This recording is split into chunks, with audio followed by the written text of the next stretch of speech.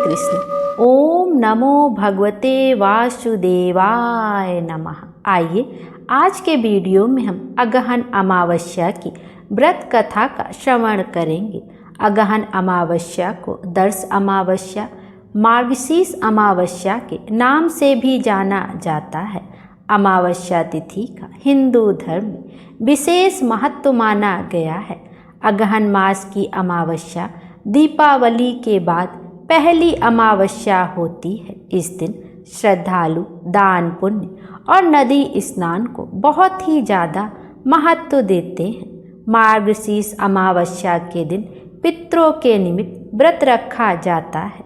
कहा जाता है कि इससे पितृदेवता प्रसन्न होते हैं और पितरों की कृपा से घर में सुख समृद्धि का वास होता है। इस दिन पितरों की मोक्ष प्राप्ति के लिए पिंडदान भी किया जाता है।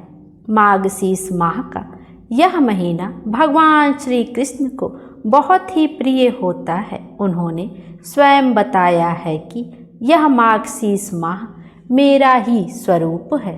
इसलिए मार्गशीर्ष अमावस्या तिथि पर लड्डू गोपाल की पूजा अवश्य करनी चाहिए। आइए अब हम अगहन अमावस्या की व्रत कथा का श्रवण करते हैं। इस कथा को पूरे श्रद्धा भाव से और पूर्ण कथा को सुनना चाहिए। इससे भगवान भोले शंकर और श्री कृष्ण की कृपा प्राप्त होती है। आइए अब हम भी भगवान श्री कृष्ण और भगवान भोले शंकर के चरणों में अभिनंदन करते हुए अमावस्या की यह दिव्य कथा का श्रवण करते हैं।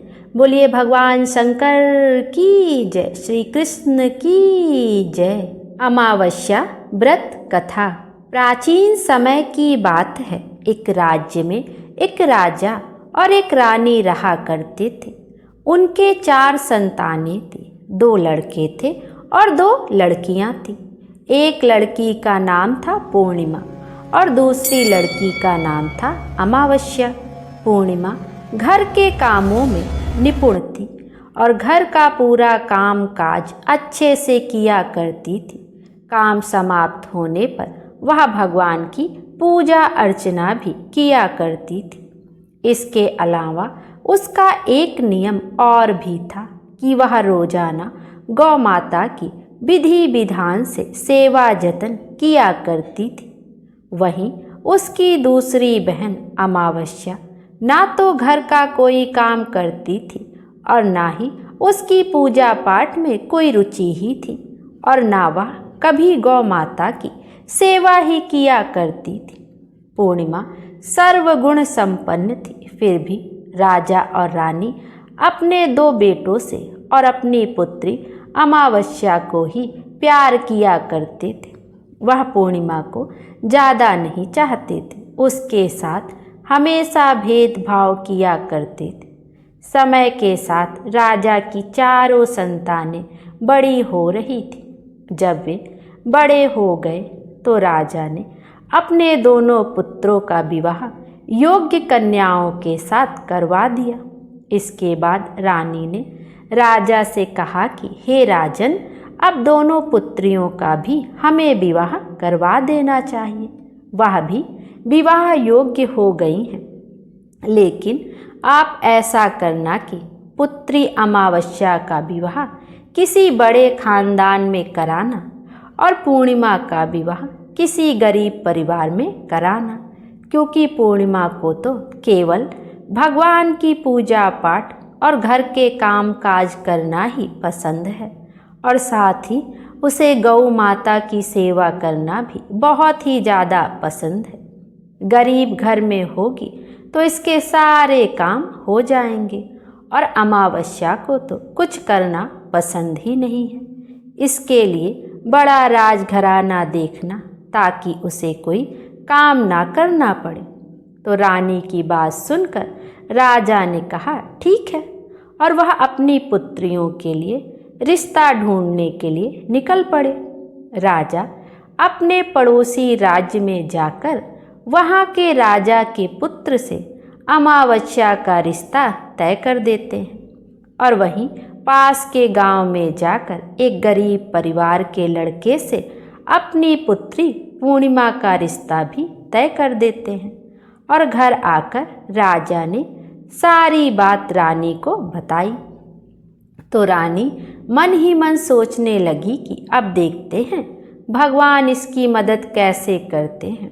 यह तो बहुत ही पूजा पाठ करती है और भगवान में ही सदा मग्न रहती है। पूर्णिमा का भाई और भाभी पूर्णिमा से बहुत ही प्यार करते थे, क्योंकि पूर्णिमा उनके घर के कामों में उनका साथ देती थी। हर काम में वह अपनी भाभी का हाथ बटाती थी, जबकि अमावस्या अपने भाई भाभी की कोई सहायता कभी नहीं करती थी और उन पर हमेशा अपना रौब जमाती रहती थी और ना ही कोई घर का ही कार्य करती थी। ऐसा करते करते कई महीने बीत गए। अमावस्या और पूर्णिमा दोनों का ही विवाह हो गया। राजा और रानी ने अपनी दोनों बेटियों की विदाई कर दी। विदा करते समय राजा और रानी ने अमावस्या को खूब सारा धन दौलत देकर विदा किया और पूर्णिमा को कुछ भी नहीं दिया। वह खाली हाथ अपने घर से विदा कर दी गई। इसके बाद दोनों बहनें अपने अपने ससुराल चली गई। कुछ दिन बीत गए। एक दिन अमावस्या अपने घर पर शिव जी की कथा रखती है, जिसमें वह सभी गांव वालों को निमंत्रण भेजती है, पर अपनी बहन पूर्णिमा को वह नहीं बुलाती। जब गांव की सभी औरतें अमावस्या के यहाँ जाती है तो उन्हें इस तरह से जाता हुआ देखकर पूर्णिमा उनसे पूछती है कि आप इस तरह से तैयार होकर कहाँ जा रही हैं। तो वह औरतें पूर्णिमा से कहती हैं कि तुम्हारी बहन के यहाँ शिव जी की कथा रखी है, क्या तुम वहाँ पर नहीं जाओगी? तो पूर्णिमा कहती है कि मुझे तो मेरी बहन ने निमंत्रण नहीं भेजा, तो मैं जा भी नहीं सकती। तभी गांव की औरतें पूर्णिमा से कहती हैं कि बुलावा नहीं आया तो क्या हुआ, तुम्हारी बहन है, भूल गई होगी। यह तो भगवान शिव जी की कथा है, सुनने जाने में क्या हर्ज है। हम तो कहती हैं कि तुम हमारे साथ चलो। तो पूर्णिमा गांव की औरतों की बात मानकर उनके साथ भगवान शिव की कथा सुनने के लिए अमावस्या के घर चली जाती है। जब अमावस्या की नज़र पूर्णिमा पर पड़ती है तो वह कहती है कि पूर्णिमा, तुम यहाँ कैसे चली आई? मैंने तो तुम्हें बुलाया ही नहीं। खैर कोई बात नहीं, तुम आ ही गई हो तो चुपचाप बैठी रहना और मेरे यहाँ रिश्तेदारों को यह भूल कर भी मत बताना कि तुम मेरी बहन हो। यह कहते हुए अमावस्या ने अपनी बहन पूर्णिमा की गरीबी का मजाक उड़ाया। तो यह सब सुनकर पूर्णिमा की आंखों में आंसू आ गए और उसने रोते रोते मन ही मन भगवान शिव से विनती करते हुए कहती है कि हे भगवान, क्या पूजा पाठ करना गलत है? गौ माता की सेवा करना गलत है?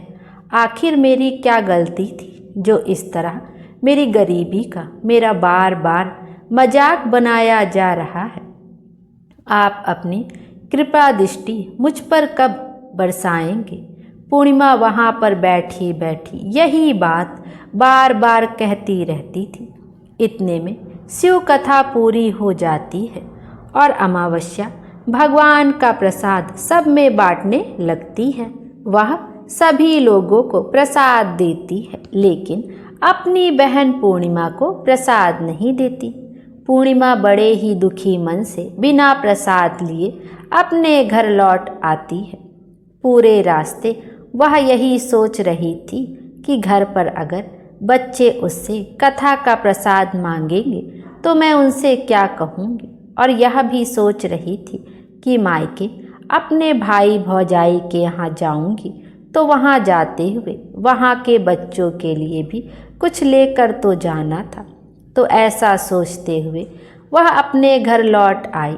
घर वापस लौटकर आने के बाद उसने अपने पति और बच्चों से कहा कि मैं कुछ समय के लिए अपने मायके जा रही हूँ। तो पति ने कहा ठीक है चली जाओ। तो थोड़ी देर बाद में पूर्णिमा अपने मायके के लिए रवाना हो गई।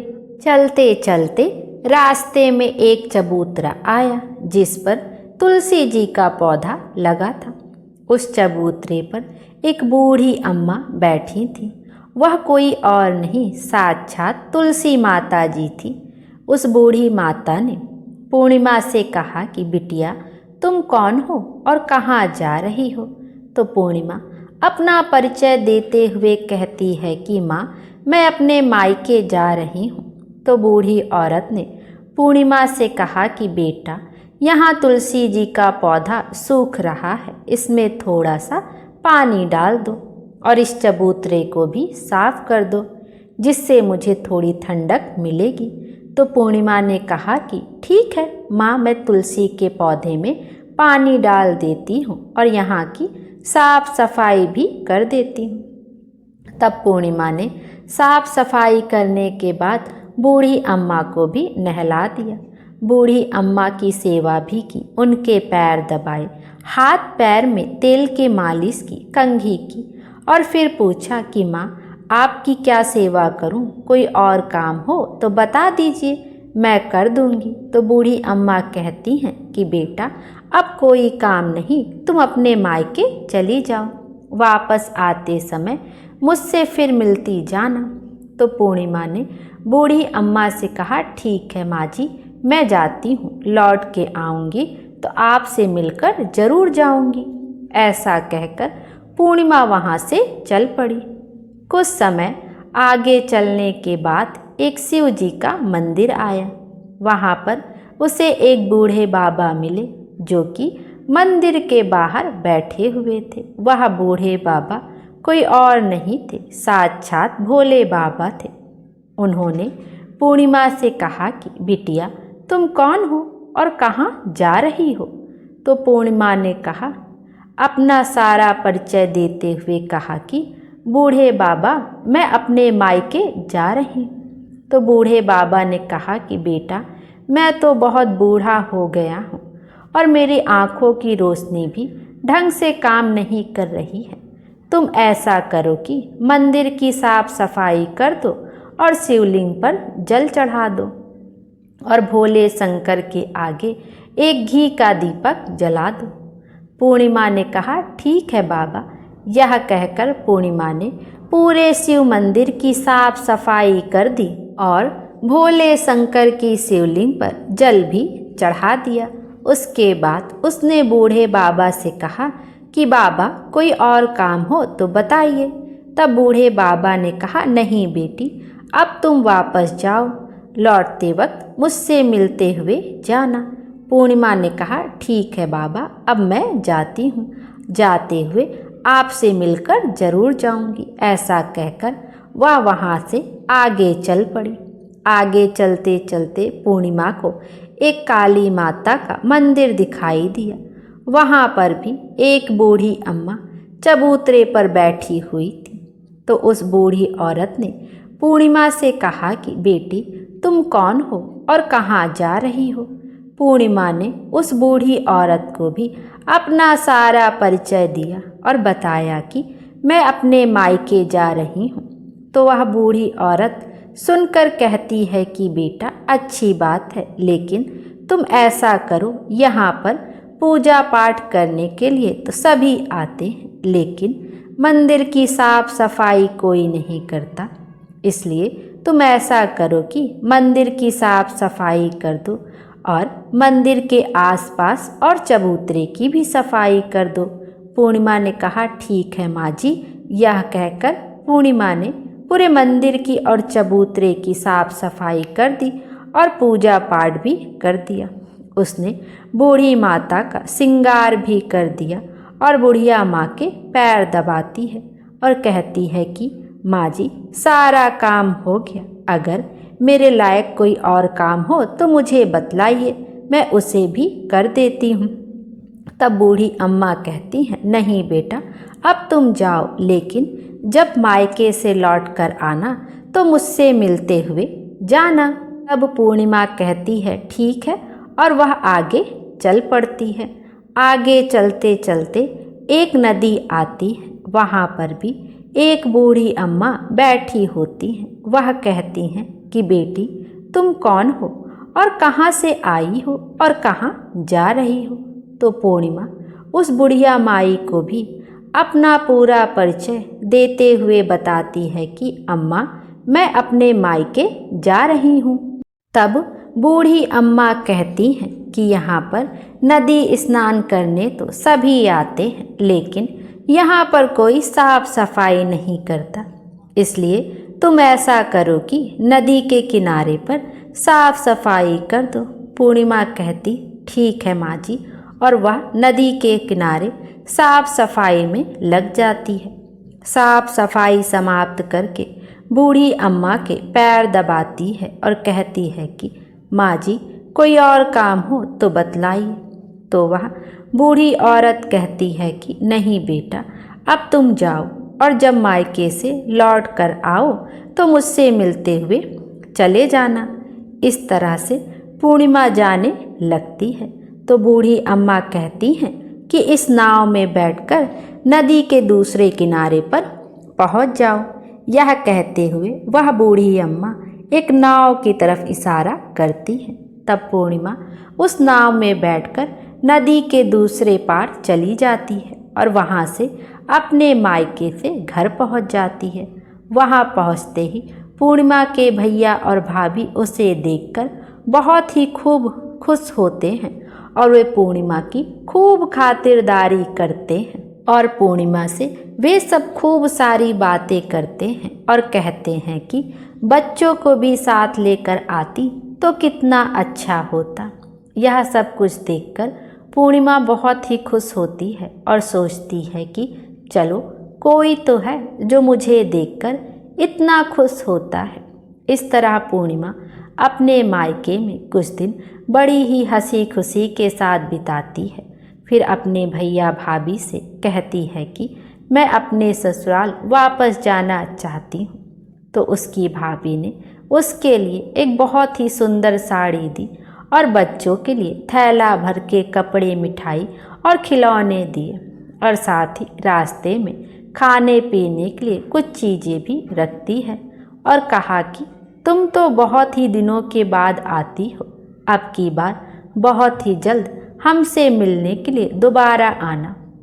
यह कहते हुए पूर्णिमा की भाभी ने पूर्णिमा के हाथ में वह थैला दे दिया और बड़ी ही हंसी खुशी से उसे विदा किया। इस तरह पूर्णिमा अपने ससुराल के लिए रवाना हो गई और उसी नदी के किनारे पहुंची और नाव में बैठकर दूसरे किनारे पर उतर गई। वहां उतरने के बाद वहां पर उसे वही बूढ़ी अम्मा मिली जो कि साक्षात गंगा मैया थी। उस बूढ़ी अम्मा ने पूर्णिमा को एक थैला दिया और कहा कि तुम इसे घर जाकर ही खोलना। अब पूर्णिमा के पास 2 थैले हो गए थे। एक तो उसके भैया भाभी ने दिया था और दूसरा गंगा मैया ने दिया था। उन दोनों थैलों को लेकर वह आगे चल पड़ी। चलते चलते फिर वही काली जी माता का मंदिर आया। वहीं बाहर चबूतरे पर बूढ़ी अम्मा बैठी हुई थी जो साक्षात काली माता थी।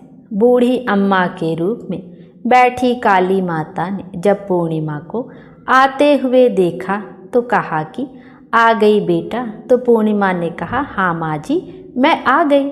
मैंने आपसे कहा था कि मैं आते हुए आपसे मिलकर जाऊंगी।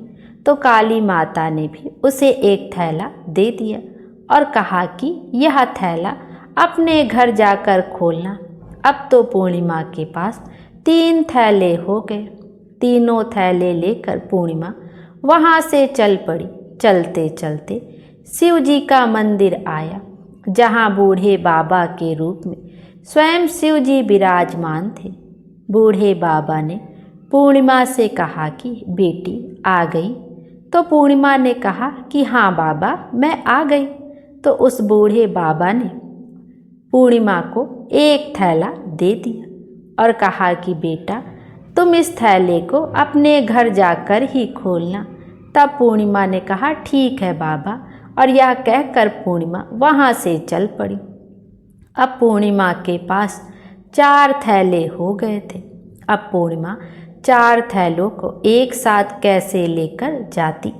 तो उसने अपनी एक पुरानी साड़ी निकाली और सारे थैलों को उस साड़ी में रखकर बांध लिया। एक गठरी बनाकर सिर पर रखकर रवाना हो गई।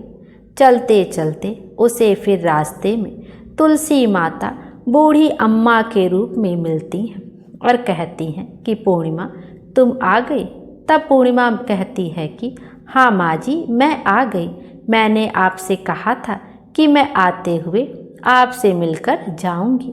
तो बूढ़ी अम्मा कहती हैं बेटा, मैं तो तेरी ही राह देख रही थी।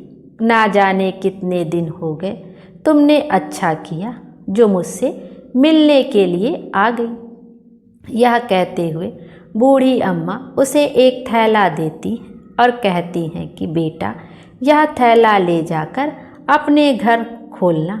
तो पूर्णिमा कहती है ठीक है माँ जी, जैसा आपने कहा है वैसा ही करूँगी। यह कहते हुए पूर्णिमा वह 5वां थैला वहाँ से लेकर रवाना हो जाती है।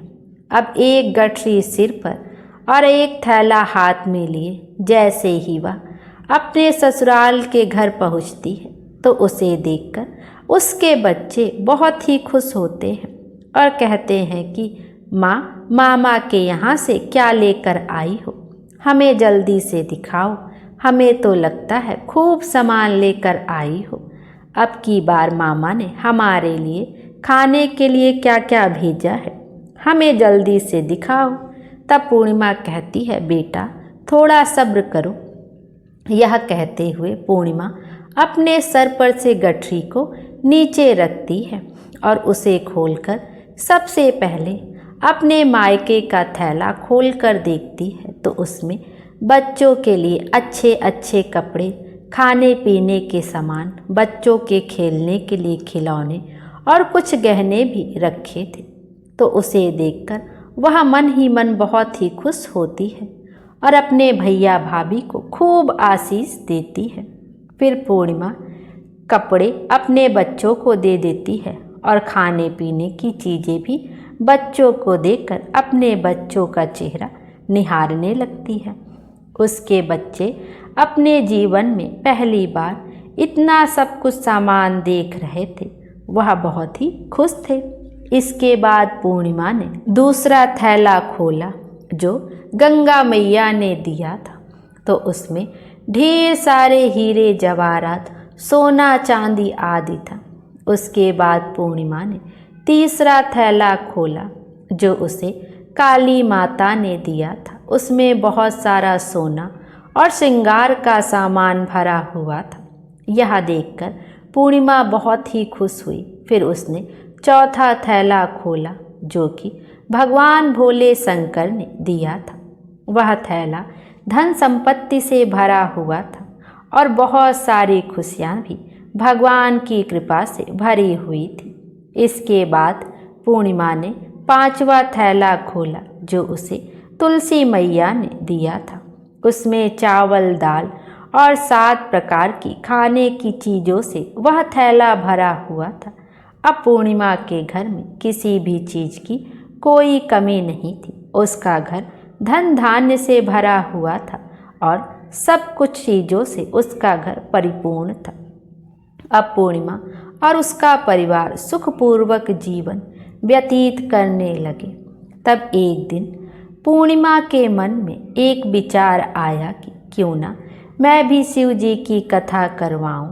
तो उसने भी शिव जी की कथा की और एक कार्यक्रम रखा और पूरे गांव वालों को निमंत्रण दिया। घर जाकर सभी लोगों को बुलावा देकर आई। पूर्णिमा अपनी बहन अमावस्या के घर भी गई और शिव जी की कथा सुनने के लिए उसे न्योता दिया। तब अमावस्या ने जब पूर्णिमा को देखा तो वह सोचने लगी कि इसके इतने गहने पहने हुए हैं, इतने सुंदर वस्त्र इसने पहन रखे हैं, इसका घर तो बहुत ही गरीब है, फिर इतना सब कुछ इसके पास कैसे आया? यह जानने के लिए इसके घर तो जाना पड़ेगा। यह सोचकर अमावस्या पूर्णिमा के घर शिव कथा सुनने के लिए आ गई। उसने देखा कि पूर्णिमा के घर में कोई चीज़ की कमी नहीं थी, सब कुछ भरा जरा था।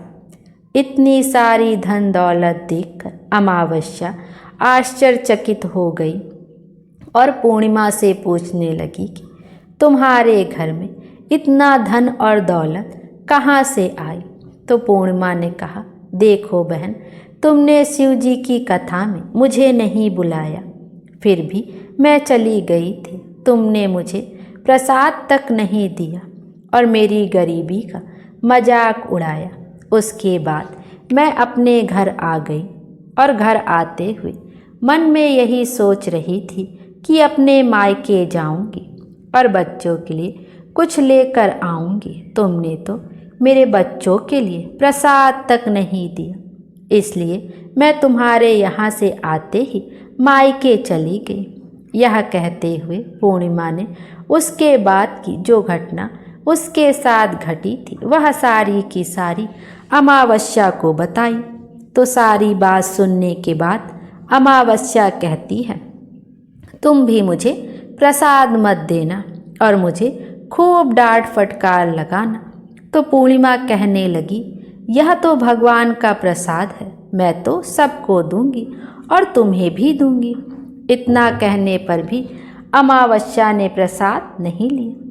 वह बिना प्रसाद के सीधे अपने घर चली गई और घर जाकर अपने बच्चों और पति से कहने लगी कि मैं मायके जा रही हूँ। तो उसके पति ने कहा, कोई बात नहीं, कुछ दिन रुककर चली जाना, अभी मुझे कोई काम है। तब अमावस्या ने अपने पति की एक भी बात नहीं सुनी और अपने मायके जाने के लिए तैयार हो गई। जैसे ही वह मायके जा रही थी तो रास्ते में तुलसी माता जी चबूतरे पर बैठी हुई थी। बूढ़ी माता के रूप में मिली बूढ़ी माता ने अमावस्या से कहा कि बेटी, तुम कौन हो और कहाँ जा रही हो? अमावस्या ने अपना परिचय देते हुए कहा कि मैं अपने मायके जा रही हूँ। बूढ़ी अम्मा बोली, बेटा यह तो अच्छी बात है, पर तुम ऐसा करो कि यह तुलसी जी का पौधा सूख रहा है, इसमें थोड़ा सा पानी डाल दो और इस चबूतरे की साफ सफाई भी कर दो। बूढ़ी अम्मा के इतना कहते ही अमावस्या ने गुस्से में आकर कहा कि बुढ़िया, तुम्हें दिखाई नहीं देता मैंने इतनी महंगी साड़ी पहन रखी है, साफ सफाई करूँगी तो यह गंदी नहीं हो जाएगी और यहाँ आसपास पानी भी नहीं है, मैं कहाँ से पानी लाकर तुलसी के पौधे में डालूँगी? और तुम्हें और कोई काम नहीं है, तुम ऐसा ही करो कि आसपास कहीं पर पानी होगा और लाकर इस पौधे में खुद ही डाल लेना। ऐसा कहकर अमावस्या वहाँ से चल पड़ी। चलते चलते शिव जी का मंदिर आया। वहाँ पर भगवान शिव जी बूढ़े बाबा का रूप धारण किए हुए बैठे थे। उन्होंने उसे देखते ही पूछा, बेटा तुम कहाँ जा रही हो? अमावस्या ने कहा कि मैं अपने मायके जा रही हूँ। बूढ़े बाबा ने कहा कि बेटा मंदिर की सफाई कर दो, भोले शंकर की पूजा भी कर दो, आजकल मुझे थोड़ा कम दिखाई देता है। तो बूढ़े बाबा की साफ सफाई वाली बात सुनकर अमावस्या को गुस्सा आ गया और वह गुस्से में मना करते हुए वहाँ से आगे चल पड़ी। आगे चलते चलते काली माता का मंदिर आया। वहाँ पर काली माता बूढ़ी अम्मा के रूप में बैठी हुई थी। अमावस्या को देखते ही काली माता ने पूछा कि बेटी तुम कौन हो और कहाँ जा रही हो? अमावस्या ने कहा कि मैं अपने मायके जा रही हूँ। तो वह बूढ़ी अम्मा बोली कि बेटा तुम मेरा एक काम करो, इस मंदिर में पूजा पाठ करने तो बहुत सारे लोग आते हैं, लेकिन साफ सफाई कोई नहीं करता। तुम ऐसा करो, मंदिर की साफ सफाई कर दो। अमावस्या इस बात पर भड़क पड़ी और कहने लगी कि ना तो मैं तुम्हारे इस मंदिर की पूजा पाठ करूँगी और ना ही मैं इसकी सफाई करूँगी। तुम मुझसे कह रही हो, इससे अच्छा यह है कि इस मंदिर की सफाई तुम खुद कर लो, तुम्हें और कोई काम नहीं है। ऐसा कहकर वह वहाँ से चल पड़ी। चलते चलते फिर वही नदी आई। उसके किनारे पर भी एक बूढ़ी अम्मा बैठी थी। उसे देखते ही बोली कि बेटा, तुम कहाँ जा रही हो और कौन हो? तो उसने कहा, मैं अपने मायके जा रही हूँ। तो बूढ़ी अम्मा ने कहा, बेटा यह तो अच्छी बात है, तुम मेरा एक काम कर दो, इस गंगा नदी में स्नान करने तो सभी आते हैं, पर इसके किनारे साफ सफाई कोई नहीं करता। तुम ऐसा करो कि साफ सफाई अच्छे से कर दो। बूढ़ी माई के इतना कहते ही अमावस्या को गुस्सा आ गया। उसने कहा, तुम्हें दिखाई नहीं देता मैंने कितनी महंगी साड़ी पहन रखी है और मैं यहाँ के राजा की बेटी हूँ, कोई नौकरानी नहीं हूँ जो तुमने कह दिया और मैं यहाँ पर सफाई करने लगी। इस तरह बूढ़ी अम्मा को भला बुरा कहते हुए अमावस्या जैसे ही नाव में बैठने लगी तो नाव में फूलों की जगह कांटे भरे हुए थे। लेकिन वह अपने अत्यधिक गुस्से के कारण उस कांटों से भरी नाव में ही बैठ गई। उसके पैरों में कांटे बार बार चुभ रहे थे। जैसे ही वह दूसरे किनारे पर पहुंची तो वहां से नाव से उतरकर वह अपने मायके चली गई। उसके पैरों से खून निकल रहा था, तब भी उसके भाई और भाभी ने उसे देखा नहीं, ना ही उसके पैरों के बारे में कुछ पूछा ही, और मन ही मन कहने लगे कि काम की ना काज की, 2.5 मन अनाज की। अब आ ही गई है तो ठीक है, अब क्या कहना। पूर्णिमा तो हमारे कामकाज में हाथ बटा दिया करती थी, यह तो कुछ करने वाली नहीं है, इससे ज़्यादा बातचीत करना ठीक नहीं है। ज़्यादा बात नहीं करेंगे तो जल्दी ही वापस चली जाएगी। ऐसा सोचकर उन्होंने अमावस्या से ज़्यादा बातचीत नहीं की और जल्दी जल्दी खाना बनाया, खा पी कर सो गए। अमावस्या जब सुबह उठी तो उसने अपने भाभियों से कहा कि भाभी, मैं ससुराल जा रही हूँ। तो उन्होंने कहा कि ठीक है, जाओ। तो अमावस्या बोली कि पूर्णिमा को तो आपने एक थैला दिया था, मुझे कुछ नहीं दोगे? तो भाई और भाभी ने कहा कि तुम जाओ, तुम्हारा थैला तुम्हारे घर पहुंच जाएगा। फिर अमावस्या वहां से चल पड़ी और चलते चलते नदी के किनारे पहुंची तो वहां पर गंगा मैया बूढ़ी औरत का रूप धारण किए हुए बैठी थी।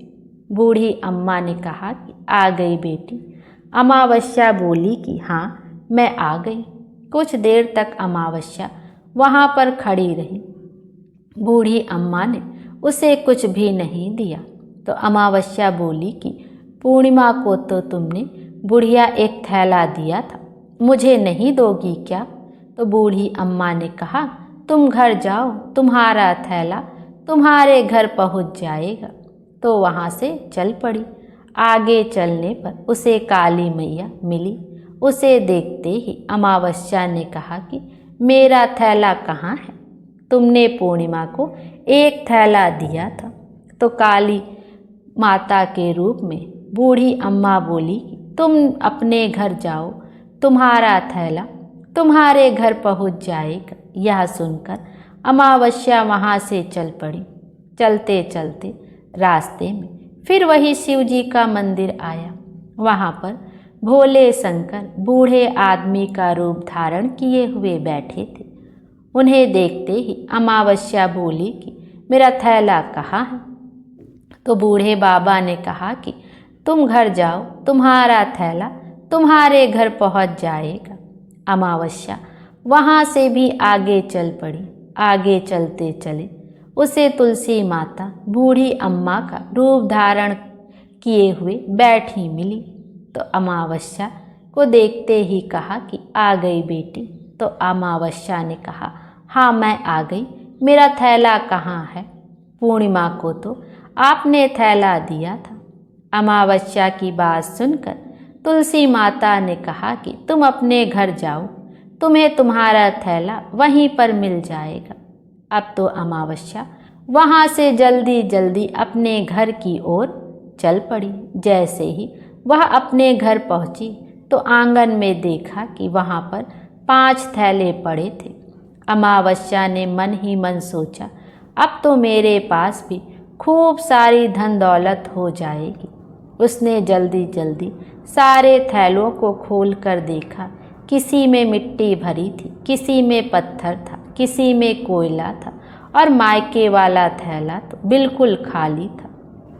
इस तरह के थैलों को देखकर अमावस्या को बहुत ही गुस्सा आया और दौड़ती दौड़ती पूर्णिमा के घर गई और कहने लगी कि तुम्हें तो इतना सब कुछ मिला और मुझे कुछ नहीं मिला, तुमने मुझसे झूठ क्यों बोला? तो अमावस्या की बात सुनकर पूर्णिमा कहती है, जब मैं मायके जाती हूँ तो अपने भाभीयों के साथ उनके काम में हाथ बटाती हूँ, उनके साथ मिलकर काम करती हूँ, उनकी इज्जत करती हूँ, लेकिन तुम तो अहंकारवश किसी की इज्जत नहीं करती हो, इसलिए वह भला तुम्हें क्या देंगे? तुमने तो तुलसी माता को ठुकरा दिया, गंगा मैया, काली मैया, भगवान शिव जी का कहना भी तुमने नहीं माना, सबको तुमने ठुकरा दिया, इसलिए उन्होंने तुम्हें कुछ भी नहीं दिया। मैंने उन सब का कहा हुआ काम बड़े ही श्रद्धा भाव से किया था, इसलिए यह सब कुछ मुझे प्राप्त हुआ। यह सब मुझे पूजा और भक्ति से मिला है। यह सब सुनकर अमावस्या कहती है कि बहन, मुझे माफ़ कर दो, मैंने तुम पर हमेशा अत्याचार किया है। माँ ने भी हमेशा हम दोनों के बीच में भेदभाव रखा था। आज से मेरी आँख खुल गई है, मुझे कुछ नहीं मिला, कोई बात नहीं, पर मैं भी भगवान की भक्ति करना चाहती हूँ और भगवान की भक्ति करके मैं सब कुछ प्राप्त कर लूँगी। इन सब चीज़ों का रहस्य बताओ। तो पूर्णिमा कहने लगी कि तुम 3 सूत्र का ज्ञान ले लो और उसकी कथा करना। पहले सूत्र में दया मांगना, दूसरे सूत्र में कथा मांगना और तीसरे सूत्र में 108 बार ओम नमः शिवाय का जाप करना। बहन, यह सूत्र भगवान ने स्वयं दिए हैं, इसलिए तुम अपने हृदय में बसा लेना और इन तीनों सूत्रों को अपने जीवन में जो भी अपनाता है और सच्चे मन से भगवान की भक्ति और पूजा पाठ करता है, उसे सब कुछ भगवान की कृपा से मिल जाता है। तभी तो मुझे इतने गरीब घर में ब्याहने के बाद भी आज मेरे पास सब कुछ है और तुम्हारा एक अमीर घराने में विवाह होने के बाद भी आज सब कुछ नष्ट हो गया है। यह तीनों सूत्र अपने मन में रखकर अमावस्या अपने घर चली गई और भगवान की पूजा पाठ करने लगी और भगवान शिव से माफ़ी मांगते हुए कहा कि हे भोले शंकर, हे दीनानाथ, मुझे माफ़ कर दो, जो मैंने अपनी बहन पूर्णिमा पर इतने अत्याचार किया। शिव कथा में वह बिना बुलाए आई, फिर भी मैंने उसका अपमान किया। मुझे माफ़ कर दो प्रभु, अब मैं पूरे विधि विधान से पूजा अर्चना किया करूँगी और गौ माता की सेवा भी करूँगी और दूसरों की मदद भी करूँगी। इस तरह से अमावस्या भक्ति भाव से सब कार्य करने लगी, जिसकी वजह से उसका घर धन धान्य से परिपूर्ण हो गया। बोलो भगवान शंकर की जय।